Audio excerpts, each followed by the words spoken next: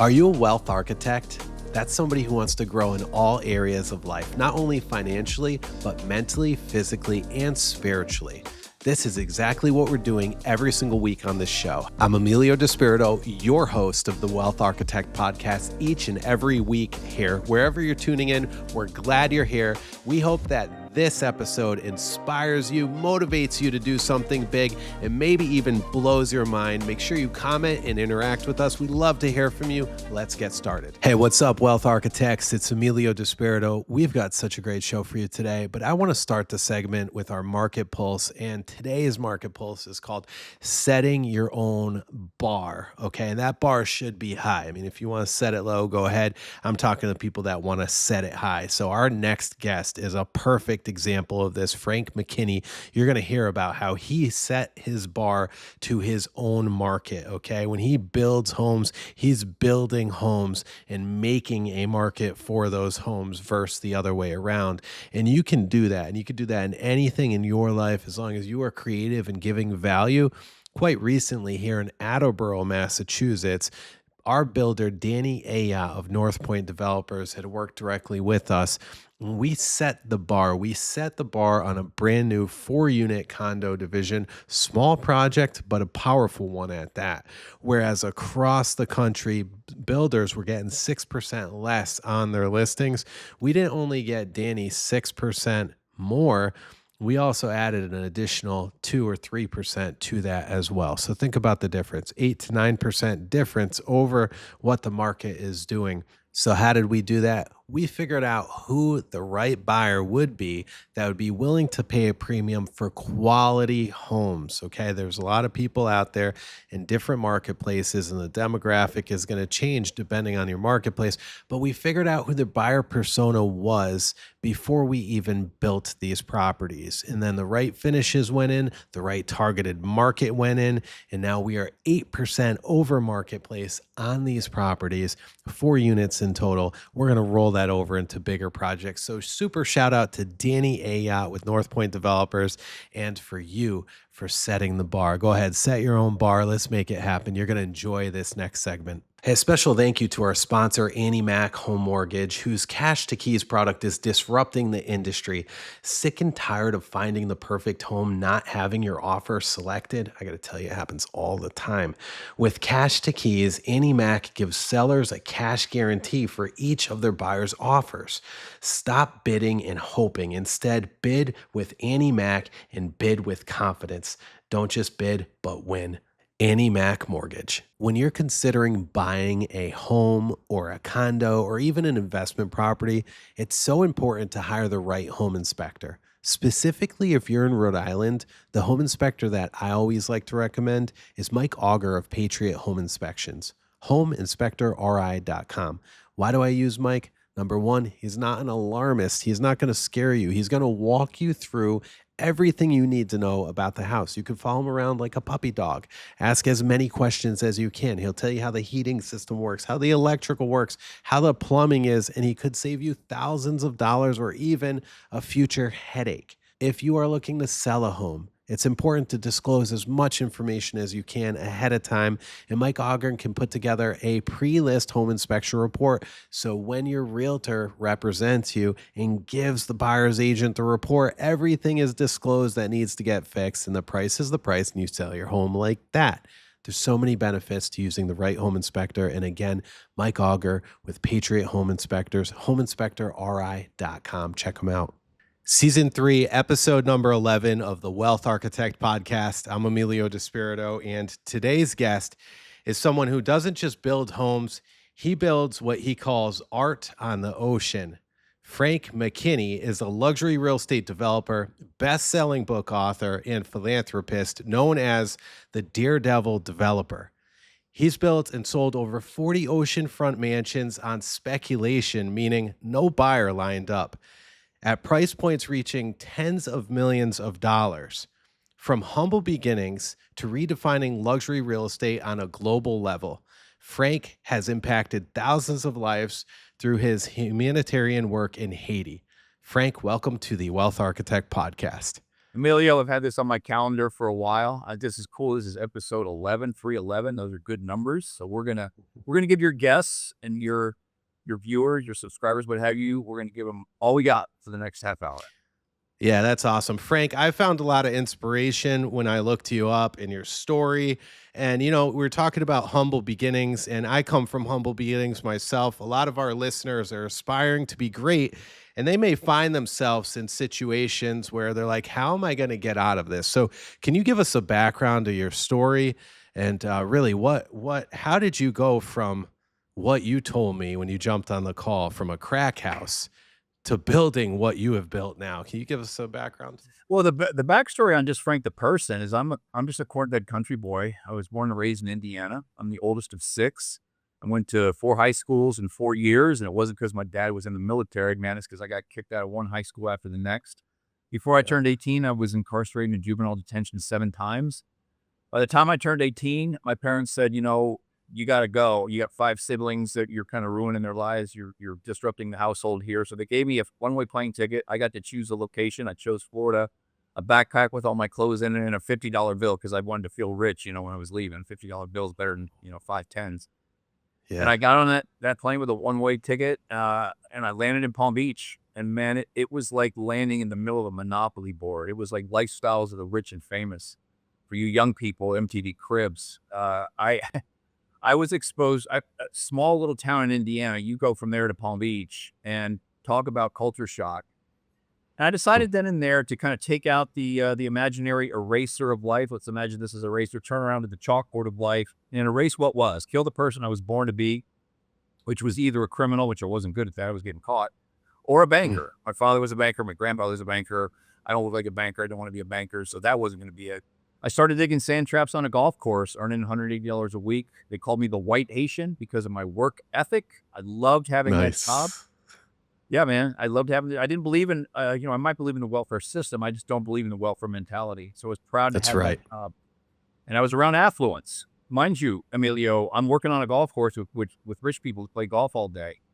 And I quickly transitioned from the golf course to the tennis course. I became a tennis pro because I was a pretty good tennis player when I was a kid. I gave all that up for a life of crime, but I did become a teaching professional. And that is where I earned on that tennis court, teaching very wealthy people. That's where I earned my PhD in entrepreneurship and my master's in real estate. Mm. I love that. It's just from learning what other people were talking about, what they were telling you, socializing with people who were already successful. I mean, what was it? Well, very with 1.8 GPA out of high school, there's no hope of even going to a junior college. So Yeah. I had this in this I disclosed this in my very first book that came out 20 some years ago. That let's say I was teaching you tennis, how to hit a better forehand, backhand, and a serve. You paid me for an hour. I Hmm. made a point to tire you out. Mind you, I'm in my early 20s, you're 55, and you go to Ruth's Chris Steakhouse every night and you drink Jack Daniels. I can run around all day. After 45 minutes, I made sure Emilio was too tired to finish the tennis lesson, brought you a cold drink and a towel. We sat down underneath a little, umbrella, and I said, how'd you get here? What was it that you did in your life that allowed you to drive up to your tennis lesson in a Ferrari, close the door behind you at your oceanfront, condo or mansion, have a yacht out back, a Beyonce lookalike wife, and 2 beautiful children? You're like, I was just impressionable. I was materialistic, consumeristic, bordering on egotistic. I wanted to learn. And I went Hmm. to school on people like you for 2 years, 15 minutes at a time. So mind you, you pay me for an hour. I tire you out after 45 minutes. We sit and talk. By design, I tire you out after 45 minutes. We sit and talk and pick in the brains of the ultra wealthy. And we're talking about dozens, if not 50 of them that I would teach tennis to. Wow. Most often, the answer that I got back is, Amelia, how'd you do this? Was, Frank, I'm a 9 to 5er, doctor, lawyer, inventor, what have you, but I took my discretionary income, money left over after paying the IRS and taking care of my wife in the house and paying taxes, and I bought real estate. Hmm. So if you hear these stories once or twice, they were fascinating. They were actually just, it was like watching a movie, but Emilio, I heard them dozens of times. The same anecdotal ending to their life story was that they made their money not as the doctor and the lawyer and the inventor.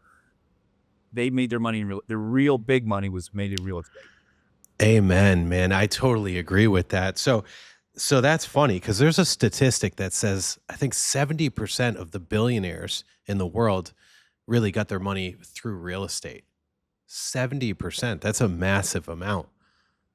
And Well, you and heard the again, same the thing. name of your program, The Wealth Architect, the architecture behind the creation of a millionaire or a billionaire, we are not you, me, or nobody else is born a real estate investor or a real estate millionaire. We're Hmm. made. Everybody listening to this, watching this, you have a 9 to 5. My 9 to 5 was a tennis teacher out there on the tennis court, baking in the hot sun for 9, 10 hours a day.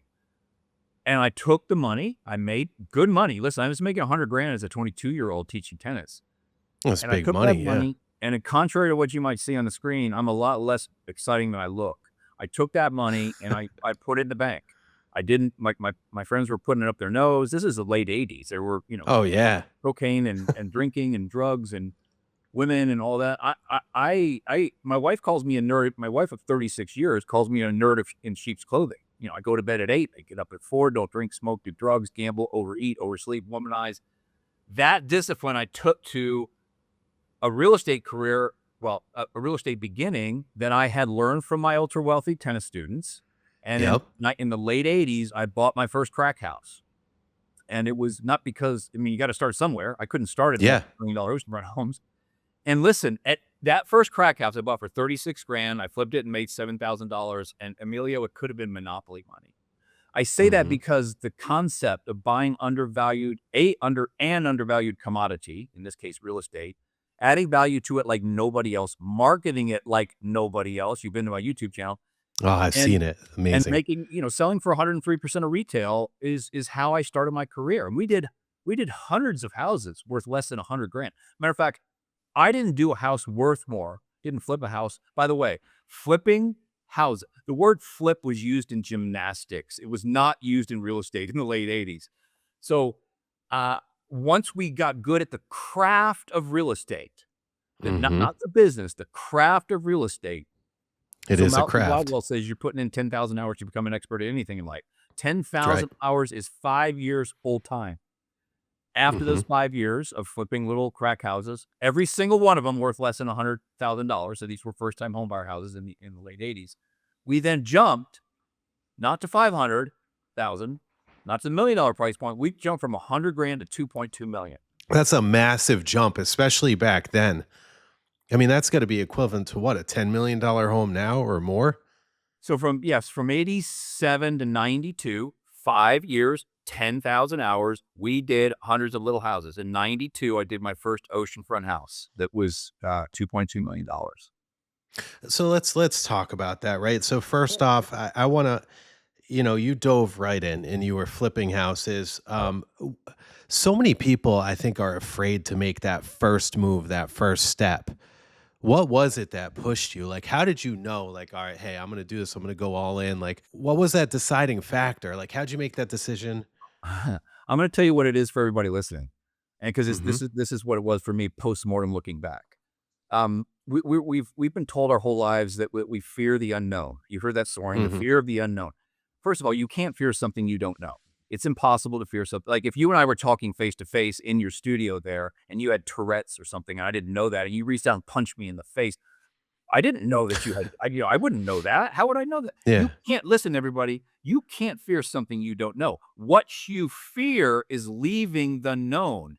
You fear leaving the tennis court, Frank. Mm. You fear leaving the 9 to 5.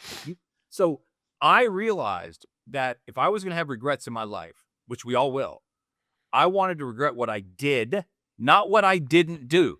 So being safe on the tennis court, I have friends that are my age that look like raisins that are still teaching tennis, making 150 grand a year.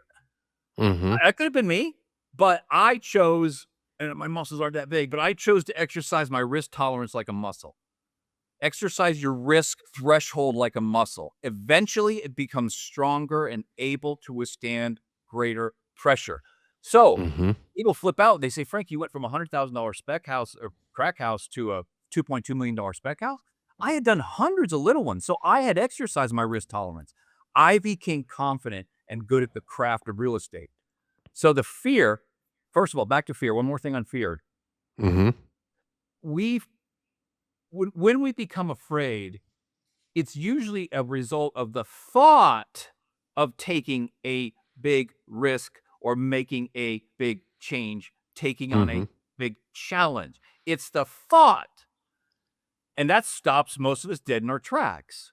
Once we take the risk, you're on a roller coaster and it's going up the hill, clickety clack, the bar's down on your chest about to pop out of your car's about to pop out of your chest because you're terrified about what's going to happen when you get to the top of that hill. That's the same thing in business. We're terrified at the thought of about what's going to happen when I go over that hill.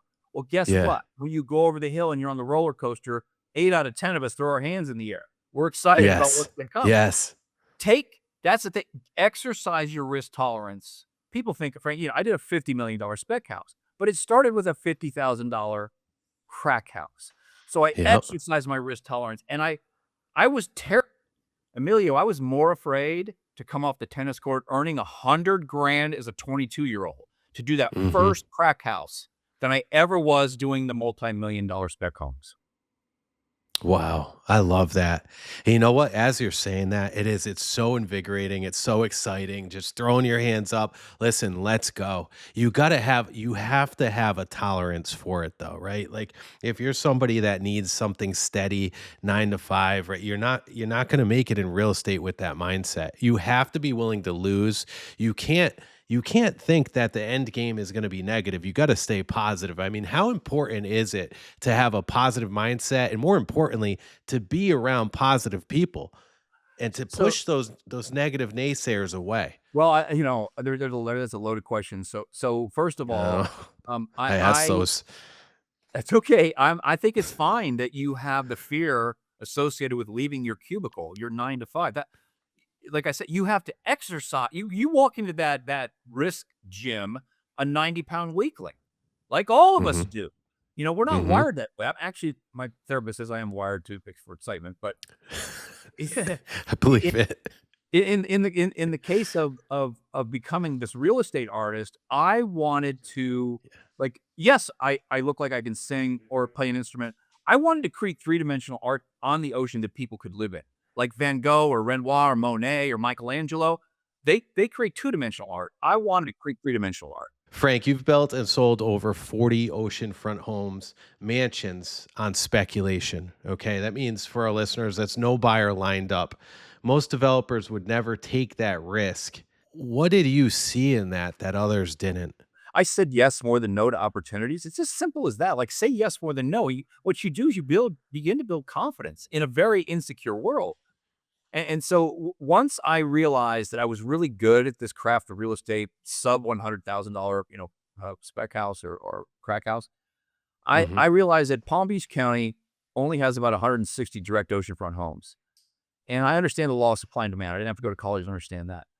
And so when we did that first spec house, I what I saw on the beach, Amelia, was a crack house that happened to be on the ocean. I don't say there was crack being smoked in it, but it had 2 weeks of uncollected newspapers, 2 months of uncut grass, broken windows, torn screens. It looked just Yeah, like what same I was thing. doing in the crack neighborhood. Yeah. And I turned to my wife and I said, "What's the difference, honey?" I mean, I asked you, what's the difference between buying a house for 75 grand and flipping it for 100, or buying a house for 750 grand, which we did, and flipping it for 1 million? The only difference is 1 0. The whole Hmm. equation, the difference in that scenario is 1 0. So when you've got you've I'm afraid every day of my life, but I don't let fear stop me. And so to go pursue that extra zero, I realized, you know what? I mean, there's so few people out there going after those direct oceanfront opportunities. And if you want to live in a temperate, nice climate, south of France, Italian Riviera, Malibu, Beverly Hills, Bel Air, Palm Beach, we're going to give you the Van Gogh, Renoir, Monet of three-dimensional art on the ocean. You walk in the door on a Tuesday, one of my spec houses. You could be Hmm. sleeping there on a Friday, assuming you've got a checkbook with a digit and a bunch of zeros after it. And so what I Hmm. really was I learned this was a fascinating study of the ultra wealthy. I'm in the time business, Emilio. The ultra wealthy have control over things you and I can't even imagine. The one thing nobody has control over, time. So if you That's were right. to buy an oceanfront lot, like we would, tear something down or buy a vacant lot, design, permit, build, it's a 3-year process, like 44 oceanfront houses in 30 years. It's a house and a half a year. It's not a Mm-hmm. lot. But boy, oh boy, when that house is done, and by the way, we were the first to fully furnish spec houses. This was back in the early 90s. Nobody was doing that. Mm. You walk in that door on a Tuesday, and oftentimes, I bet you close to 50% of the time, somebody who saw a house on a Tuesday was sleeping there by the next Tuesday. It's amazing. It's a quick turnaround. As soon as title could clear, boom, they're Well, good. They're in. that's a whole other podcast to talk about how we would keep our title work. I had pre-inspection reports. It was like a fireman in a firehouse ready to slide down a pole. Like, we are ready. My attorney had Smart. everything ready. Contracts, I would have contracts by the front door with everything filled in, legal descriptions, all that. The only thing that needed to go in there was price, closing date. I would have them in That's the door brilliant. blank. Because what I did, and what we're really good at, is getting the ultra wealthy to act on their impulse. Mm-hmm. Once the impulse window's open, and this is a whole other lesson for your Engel Volkers folks. How do you get a buyer to act? A buyer doesn't need another, $10 million house. Mm-hmm. You need to move them from, I kind of want something, to, I have to have what you just built. Like walking down the mall and you're a woman, you see a beautiful pair of red shoes. You got to have those shoes, but you're wearing shoes. Yeah. These people have houses all over the world. So we were masters at turning need into desire, opening the impulse window in a relatively short period of time, keeping it open long enough to get them into contract, and then, because time's the deal's worst enemy. I mean, the meteor shower could happen tomorrow, and the meteors come hit the earth, and wife's done. So we would close that deal real quickly, because I'll tell you what, once the ultra wealthy, if that window closed while we're still jerking around, on my team's messing around, they'll say, they'll turn to their wife and say, honey, you know what? We don't really need that house. Let's just stay at the penthouse at the Ritz-Carlton this year. Mm-hmm. I just lost a sale. So we were really, really good at heightening the experience the buyers have with their five senses: sight, sound, smell, touch, and taste, to the state of subliminal euphoria. So many people don't get that in real estate, Frank. And I love that you just said that. I was just teaching a class to our advisors, talking about how important it is to present a home, not only online, but in person the same way. It's the reason why when people walk in, they're looking at real estate, they want to feel it, they want to see it, they want to smell it, they want to know what's going on, they need to experience the vibe. And what I love about what you're doing is you're painting a picture. It's artwork. Right? You call yourself a real estate artist, which I think is fantastic. I've never, ever seen. That was the Wall Street Journal. The Wall Street Journal gave that name to me about 20 years ago, and I ran with it. Because I'm like, this is perfect. I hate the word developer. It's kind of like the word guru. I just can't stand it. Yeah. But when it's you're overused. you're a real estate artist. People, they want to talk to Van Gogh, Renoir, Monet. Every single showing I did. And by the way, in my 30-plus year career, I only had 3 real estate brokers. I was very loyal to my brokers. Yeah, and I won't mention their names, but I was at every showing. Me and my broker could speak without opening our mouths. He knew when it was time for him to go to the selling broker and kind of educate him. Most often, the buyer was very curious to talk to Van Gogh, Renoir, Monet. Frank, what were you thinking when you put the glass waterfall in this one house? What were you thinking when you put the Chihuly chandelier in? All the PR work we put into these, not art like on the wall, what we created. Yeah. They want to know, because what you're really selling, besides time, is you're selling a private resort to a family of one. You know what else too I notice is that when you're working with the ultra high net worth individuals, they want to buy into a story because they want to tell the story. They're so interested in this. They want to leave the mundane and they want to own something unique. And I love that about what you're doing. Tell us about, do you have a project that you're working on right now about to hit the market, or anything that's currently on the market? I do, but before you leave that comment you just made about building or creating something unique, and your broker's showing something unique, and sight, sound, smell, touch, and taste, you have to touch all 5 senses of a buyer if you want to make a sale. And you want to make a sale at 100% of retail. So what I got going now is I left Florida about 3 years ago because the margins were becoming compressed. Yeah, it was tough in Florida for a while. Well, it's not the toughness. It's that there's so much money there. And I witnessed this. There was a lot of men primarily that moved to Florida, ton of money, ton of time. Oh, I'm going to be a spec builder just for something to do. And so they would overpay for the land, they'd overpay the vendors, they'd overpay for everything, and they didn't care if they made money. I Yeah. can tell you, I saw this happen multiple times. So what did that do to me? I got priced out of on the buy side. The prices were too high. I made my money the day I bought the property, not the day I sold it. That's right. That's right. So if they're overpaying for everything, I bolted about 3 years ago. We did our last project on the ocean in South Palm Beach 3 years ago. You can see it on our website, on our YouTube channel. And then I'm now colonizing a new moon. I'm in Western North Carolina. I'm doing the direct riverfront. If I could spin my camera around, the direct riverfront, I'm on a third of a mile of direct riverfront. The direct riverfront is the new direct ocean front. And Mm. because we've got nature here. We've got 4 seasons here. We've got stuff that you don't have in Florida.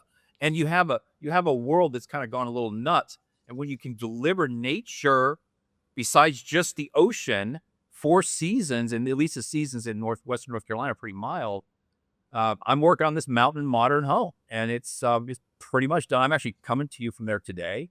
And come summertime, we're gonna have a big grand unveiling and invite people from Florida and local people to see kind of what Western North Carolina has never experienced. Wow. So listen, if you're listening to this podcast right now, okay, you go to wealtharchitectradio.com. We're going to have this segment right here with Frank McKinney, the real estate artist, up, and we're actually going to put his B-roll of some of his units. Frank, you can send us some B-roll of what you got going on there. I'd like to What put that in this. PC Yeah. Mag or PC Mag, whatever they call it now, called my website Disney on a Desktop. And you go there, or you go to my YouTube, you could clip. I'm what we're doing to market this house. I was going to put it on the market because we are nearly done. I am filming. It's called the 5 Seasons of Panther Creek.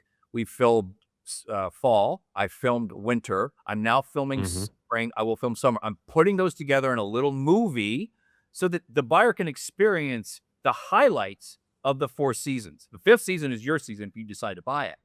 So Mm. you clip that stuff, put it up. What we're building on the riverfront. We're showing some stuff. I'm showing everything, but there's enough for people to see.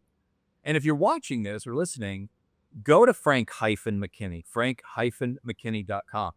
You can see the oceanfront houses we've done. You can see the new one I'm working on the direct riverfront. You can see the 10 books that I've written. You can see the 32 villages we built in Haiti. That's why PC Magazine calls it Disney on a Desktop. You'll go down a rabbit hole that is worse than doom scrolling on your social media. I know. I was on it the other day looking at it, which is pretty impressive. And I want to talk about some of the philanthropy in a minute. But you know what I love about what you just said, right? You said so many different nuggets, but one thing that just stuck out is the 5 seasons. So it basically took you 4 seasons to build this property, I would imagine. Well, we finished it right at fall, and I was ready to put it on the market. I was really ready. And Yeah. I put back and I said, wait a minute. What the beauty of this place over the 4 seasons.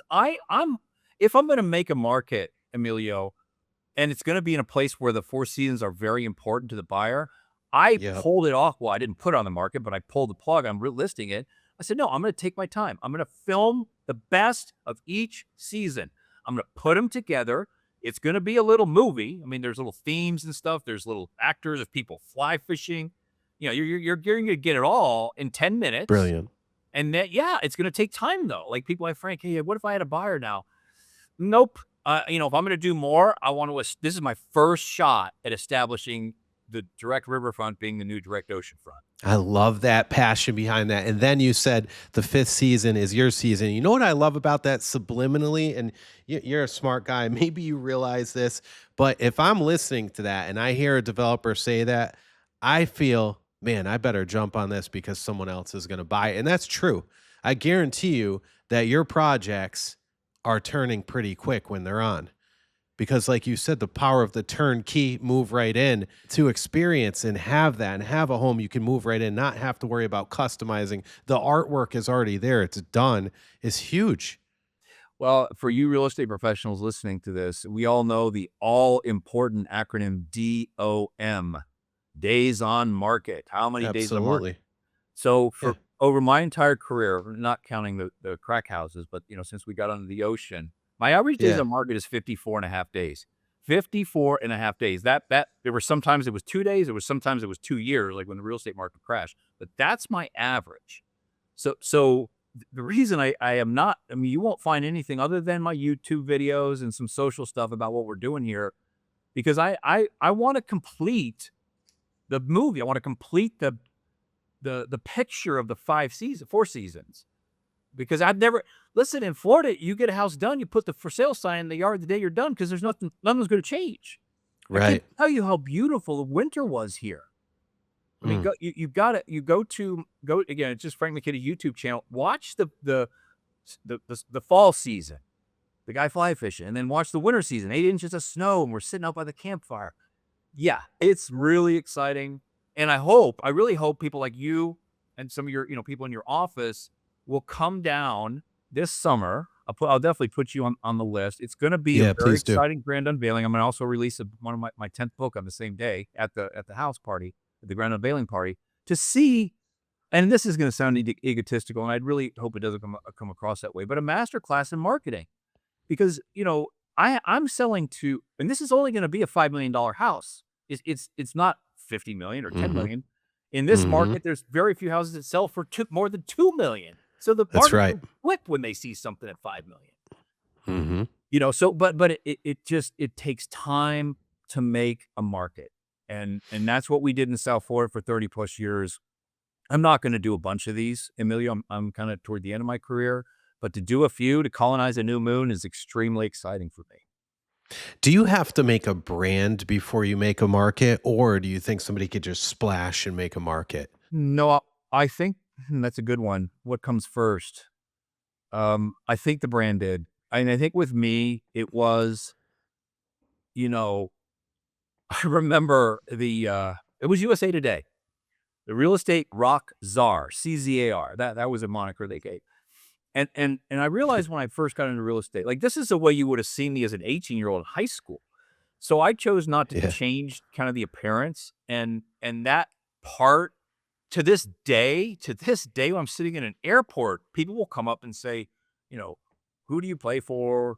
What band do you sing in? It has always opened the door. And so, it's like, here's the deal. I am the opening act. The true headliner are my houses. I don't come with the house. You can hate my hair. You can hate my clothes. You can hate the bombastic way we unveil them. But what happens at some of our unveilings are, I don't know, this show was a little bit corny. He jumped a motorcycle over a house, or he rappelled off the roof and was a pirate. But you got to see this house. That's how it goes with the mission accomplished. That's right. I step back. I do the bow. The true show starts when they walk in the front door of that house. I saw the helicopter propel. You came down like, this guy's a rock star. This is crazy. I love that. I love the whole. My mom says, why can't you just put an open house sign out there and sell it like everybody else? I said, Mom, no. Then, she was worried about me. The helicopter was 30-mile-an-hour winds. The helicopter was very unstable. But it went that way. Somebody said, I don't know, this guy almost died coming out of a helicopter, but his house, I mean, thank God he doesn't come with a house. His hair's purple. But once they walk in the front door of that house, that's all I care about. Now, why? So why don't I just put the for sale sign out front and just hire Emilio to sell it for me? Because there's 50,000 people out of a worldwide population of 8 billion that can afford what I do for a living, selling the average selling price for me was 14.4 million. So you have to draw attention to the fact you've got to be the P.T. Barnum, the carnival barker, the ringmaster, to draw people into the show. Then you get out of the way, and if you're good at what you do, your product will speak for itself. If I was just some flamboyant showman, I would have been a flash in the pan. But I'm 30 some years into this career, knowing the method to the madness of getting people in that front door. You're a specialist. You're somebody with passion behind it too. It's not just words. It's not just fluff. And you've built that brand. And that's why you're able to pick it up and move it. Now, let's say, Frank, somebody called you, a billionaire called you and said, hey, I want to take advantage of, the tax advantages out in Utah right now. Can you come build out in, wherever, Jackson Hole, whether that's Wyoming, I'm sorry, out in Park City, Utah? Would you do it? Nope. No desire. I thought I would get that answer. No. I really did. So it truly is passion which is driving you. I wasn't trying to Well, entrap you there. I was no, just no, no. curious because we have Here's the such a reason. wide. Let me tell you why very quickly. Yeah. I'm sorry to talk over you. No, But you're good. of the 44 houses we did, 42 of them were spec houses, 2 of them were customs. Mm, Meaning, just like you described, somebody called me and said, "I love what you do. Can you build me one?" I said, "You know what? We were a little slow. It was a cost plus 20% job. It was a whatever $15 million house, so we made millions on that. It was steady, but I sold my soul. Like I felt like I sold my soul it to. wasn't yours. Yeah. Well, it wasn't just that. Listen. Everybody says time is so valuable. We got to running out of time, we're getting old. It's the energy that's valuable. The time is gonna Mm, come and go as it is. It's the energy you use and the time that you have. And I was using my energy with a couple, let's say by way of example, one of them was a couple, and I'm having to put on the wall 15 shades of white, and the lady can't make up her mind. Like I don't mm. have time for that. I'm not gonna do that. No. So I almost like my project manager, who was my uncle at the time, got really sick. It was just the worst experience of my life, and this was back in, like, 2005. I swore I would never, ever do another one again, no matter how much money was offered to me, because it's like, would and I keep bringing up these names, Michelangelo and Renoir, Monet, Van Gogh, Sure. were they commissioned? No, they painted what they wanted to paint, and Mhm. eventually, if it sells, great. That's the artist in me, but I'm a businessman first, and it's gotta Mhm. make sense. That's a whole other podcast, like, the business decisions going into what's your formula, Frank, for acquisition basis plus improvement basis equals what percent of retail? Like, I stick to that like it's a tattoo or a Mhm. 11th commandment. I don't deviate from those things, and if it doesn't make sense, I mean, the best deals I've made are the ones I've walked away from because it didn't fit into my formula. That's right. You got to learn to say no. And that's a huge nugget right there, too. If you're listening, you're better off saying no, not selling your soul, sticking with really what gives you energy and what drives your purpose. That's such a massive, massive, massive Well, if statement I've had right a lot there. of people say, "You know what, Frank, I have an artist I," meaning who I'm talking to, "I have an artistic eye. Like, I think I can do what you do." I said, "That's great. You should do it, but you do not wanna be one of the starving artists out there. There's so many Mm. of them. In other words, they overpay, over improve, and they make no money. Like, Hmm. that's not me, man. I have to I as a spec builder who's built all those houses on spec, you don't know if you're gonna be eating at Ruth Chris Steakhouse or out of a dumpster. This is the truth. Like, you do not know if you catch the market at a bad time, you don't know, and I've flown so close to the sun that my skin was blistering off because my Mm. timing was off. So, I don't swing for the fences. I don't swing for a home run or a triple or a double. I'll take a single, and I will move on. That's how you survive for 35 years with all the ups and downs in the market and the economy as a builder of spec homes. When you're buying real estate, you need somebody that understands the ins and outs of the legal ends. It's so important to have the right attorney working for you. You also need a bulldog. Let me tell you something. The first time I sat in a conference room with this lady, Melissa Delana of Delana Law, I immediately knew she owned the room. You need an attorney that owns the room, that can solve problems and make things happen when everybody else can't. You want to hire Delana Law in Massachusetts, Connecticut, or Rhode Island. Delana Law delivers every single time. They're going to help you out with all of your real estate needs. It's delanalaw.com. You got to check them out. Do you feel, I got another question for you here. Do you feel that is it really the market which drives it, or is it human emotion? In what sense? Selling real estate like you're selling, like high-end real estate. I feel that regardless of the market, and I'm sure like world events like COVID would disrupt you, but regardless of the market, Frank, is it emotion or is it the market that drives the higher end? Okay, I'll tell you the answer to that. So in my book, Burst This, Frank McKinney's Bubble-Proof Real Estate Strategies, it's everything I know in real estate. It's an older book, came out about 15 years ago. I went Yeah. back and I studied every single real estate cycle dating back to the last Great Depression. Hmm. And there was only one instance in which the rate of appreciation, and this was nationwide, I studied this, the rate of Hmm. appreciation did not outpace the rate of inflation. In other words, you buy a piece of real estate, you go Rip Van Winkle, you wake up, it's going to outpace inflation. And the only time it did that was the crash of, let's call it 2010, when it kind of apex. That's right. Yeah. So the ultra high-end market until 2010, and I can only say there's been one instance, is relatively recession-proof. There's two segments of the real estate marketplace that are recession-proof. The first-time home buyer, that person who works for county sanitation, and the wife's a teacher. I mean, the paychecks are coming in. They want to. The American dream was meant to be owned, not rented. They want to own that American dream. Right. You will do fine at the low end, and you'll do fine at the ultra high end. As long as you have, my formula is acquisition basis plus improvement basis should never equal more than 65% of retail. I stick to that. As long, and that can vary by 1% or 2% depending on a buyer or seller's market. But for the most part, you stick to that. Acquisition plus improvement equals 65% of retail. And mind you, the retail number is something I'm setting.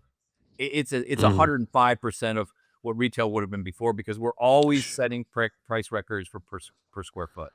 I believe it. But you stick to that, that ultra wealthy market, you're pretty safe. Now, I did get hurt in 2010. I wouldn't use the word crushed, but I got slammed. We lost tens of millions of dollars in equity. But because debt, DEBT, is a 4-letter word around you can say the F word, you can say the S word, but you don't say the debt word. As a speculator, I do not over leverage, because had I done that, I lost a lot of money in 2010, but it was my money. Had I been over leveraged, guess what? We wouldn't be talking today. Frank would have been bankrupt. He would have been a front page story of somebody who overdid it. So I lived to fight another day because I don't over leverage. That's a whole nother topic too. It's a whole other topic for a spec builder. These guys go in, and money's hard today. Like, I was a poster child for who to loan money to before 2010. I mean, I was borrowing money at 2.5%, 3%. That's free. That's free. Wow, absolutely. After 2010, I'm the poster child who not to loan money to. So we had to get a little bit more creative, and I put my money where my mouth is. I'll put my own equity up. Some builders, like, they don't put. I've signed personally for loans. I'll put my money. I'll put my name on the line. Of course I will, because if you don't sign personally, you go upside down. You're going to be in court for 3 years. They're going to fight after you anyway. I never went to court. I never went to court for it. Well, no, I didn't. I went to mediation before, but I never. Again, back to the energy thing. I don't want to waste my energy on stuff like that. Yeah. Unbelievable. Frank, it has been fascinating learning about you. I want to be at that unveiling event. You seem like such a great guy, and I'd love to meet you in person, shake your hands, and see your artwork. And for everybody listening, right, they want to learn more about you. Can you tell us again your website and where they can find and learn more? Yeah, so there's 3 places. Go to frank-mckinney.com, frank-mckinney.com. All the drop-down menus at the top, real estate, check it out. You can take tours of these houses. The 10 books, well, my 10th hasn't been released yet, but the 9 books I've written and what the 10th book is going to be about. The work we've done in Haiti, go there. That's, a lot of people don't want to go to a website anymore. We keep our social up to date pretty regularly. And I don't post pictures of my waffles and stuff. Like, this is substantive stuff, usually some quotes out of my books or something, pictures of the houses we're building. So, you just look me up on social, Frank McKinney, or frank-mckinney.com for the Disney on a desktop.